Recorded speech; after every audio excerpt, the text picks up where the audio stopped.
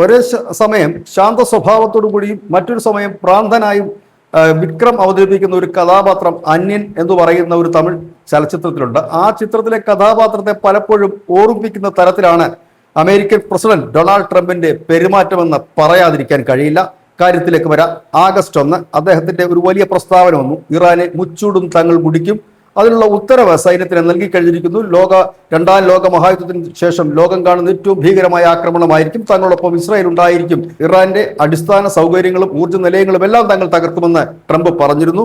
ഇന്ന് പുലർച്ചെ, അതായത് കൃത്യം പറഞ്ഞു കഴിഞ്ഞാൽ ഒന്ന് ഇരുട്ടി വെളുക്കും മുമ്പ് തന്നെ, ആഗസ്റ്റ് 2 ട്രംപിന്റെ ട്രൂത്ത് സോഷ്യൽ പുതിയൊരു പോസ്റ്റ് വന്നിരിക്കുന്നു. തൽക്കാലം യുദ്ധമില്ല. തങ്ങളോട് വിവിധ രാജ്യങ്ങൾ, മിഡിൽ ഈസ്റ്റിലെ വിവിധ രാജ്യങ്ങളിൽ യുദ്ധം ഇപ്പോൾ ആക്രമിക്കരുത് എന്ന് ആവശ്യപ്പെട്ടിരിക്കുന്നു. ഇറാൻ ഒരു വലിയ കരാറിന് തയ്യാറായിട്ടുണ്ട് എന്നാണ് വിവരം.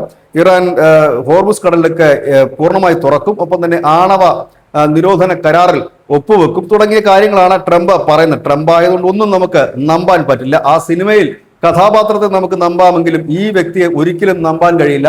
ഒരേ സമയം തന്നെ രണ്ട് കാര്യങ്ങളാണ് പറയുന്നത്.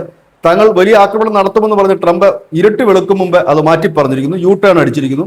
ഇപ്പോൾ ട്രംപ് പറയുന്നത് ഇസ്രായേലും തങ്ങളോടൊപ്പം നിൽക്കുന്നുണ്ട്, സമാധാനത്തിന് വേണ്ടിയാണ് തങ്ങൾ നിലകൊള്ളുന്നത്, എത്രയും പെട്ടെന്ന് ഇറാൻ ആ കരാർ സാധ്യമാക്കും, സാധ്യമായില്ലെങ്കിൽ തങ്ങൾ വലിയ ആക്രമണത്തിന് തുടരും എന്ന് അടുത്ത ഒരു സ്റ്റേറ്റ്മെന്റിന്റെ തുടക്കം കൂടി പറഞ്ഞ് അവസാനിപ്പിക്കുകയാണ് Donald Trump. News desk Malayalam.